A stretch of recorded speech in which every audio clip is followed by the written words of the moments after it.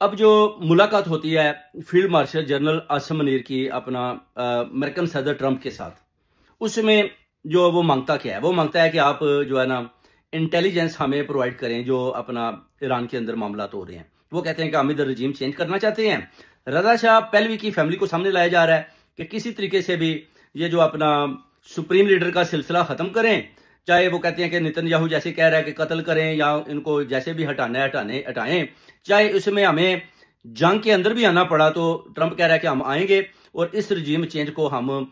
مکمل کریں گے اور میک شور کریں گے کہ یہ جیت جو ہے نا ہماری ہو۔ مگر دوسری جو دنیا کے ممالک ہیں وہ ٹرمپ کو بار بار وارن دے رہے ہیں کہ آپ اس جنگ کا حصہ نہ بنیں۔ اگر آپ حصہ بنیں گے تو پھر یہ جنگ بہت بڑی ہو جائے گی، کیونکہ یہ جو مشرق وسطی ہے، اگر ادھر آپ اس طرف ایران کی طرف آئیں گے تو پھر آپ سمجھ لیں کہ آپ پاکستان کی طرف بھی آ رہے ہیں، آپ چائنا کی طرف بھی آ رہے ہیں، آپ رشیا کی طرف بھی آ رہے ہیں، تو لڑائی پھر ڈور کے آگے لگ جائے گی۔ تو ہم آپ کو وارن کرتے ہیں کہ آپ ادھر سے دور رہیں۔ اسی طرح آپ دیکھ سکتے ہیں کہ میکرون جو فرانسیسی صدر ہیں وہ بھی تو یہی پیغام دے رہے ہیں نا کہ جناب آپ جنگ بندی کریں، کیونکہ ہماری جتنی بھی گیس کی سپلائی ہے یورپ کی ساری وہ تو ہمیں آ رہی ہے اپنا رشیا کی طرف سے، اور اگر آپ جنگ کو ادھر لا کر کھڑا کر دیں گے تو آپ تو پہلے ہمارے ساتھ نہیں کھڑے تو ہمارے ملکوں کی بھی تباہی ہو جائے گی۔ یہ سارے ملک بھی ڈرے ہوئے ہیں۔ اب اس کا فیصلہ جو ہے نا وہ کرنا ہے ٹرمپ نے۔ ٹرمپ کہہ رہا ہے کہ جناب میں نے ہر صورت میں ان کا جناب اپنا جو سپریم لیڈر ہے، جو ان کے اپنا روحانی لیڈر ہیں، ان کا قتل ہم کریں گے، مگر ہمیں پتہ ہے کہ یہ کدھر چھپے ہوئے ہیں، مگر ابھی ہم نہیں کریں گے۔ جب ہم کریں گے تو ہم آپ کو بتا دیں گے،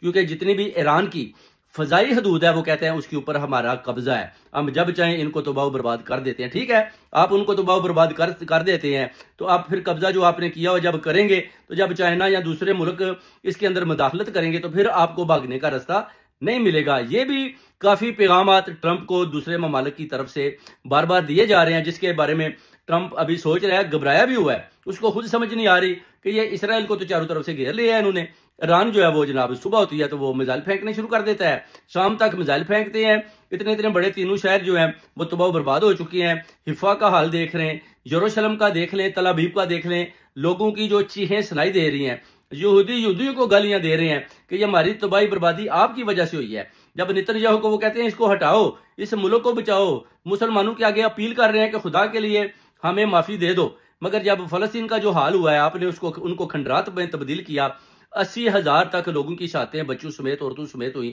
اس وقت تو آپ لوگ نہیں بولے، مگر جب اپنی باری آئی ہے اللہ کی طرف سے ان کی پکڑ ہو گئی ہے تو ابھی چیخوں کی آوازیں سنائی دی جا رہی ہیں۔ اور یہ ابھی جو جنگ ہے لمبی ہوتی جا رہی ہے۔ ایران کھڑا ہے، وہ کہتے ہیں 3.5 سال تک بھی ہم آپ کے ساتھ لڑ سکتے ہیں، مقابلہ کر سکتے ہیں۔ ان کا خیال ہے کہ وہ جو ایک بڑا پہاڑ ہے اس کے اندر سارا ایمونیشن ان کے پاس موجود ہے، اگر ہم کرسٹل میزائل ماریں گے تو وہ سب کچھ پہاڑ ریزہ ہو جائے گا اور ان کے پاس لڑنے کے لیے کچھ نہیں بچے گا۔ مگر ایران نے بولا کہ ہم تیاری کے ساتھ بیٹھے ہیں، اگر آپ اس طرف بڑھیں گے تو پھر انہوں نے ٹرمپ کو صاف پیغام دے دیا کہ پھر عراق میں جو آپ کے اڈے ہیں ہم ان پر بھی حملہ کریں گے اور آپ کے ساتھ بھی پھر جنگ جو ہے نا بالکل شروع کر دیں گے، اس میں کوئی دو رائے نہیں ہے۔ یہ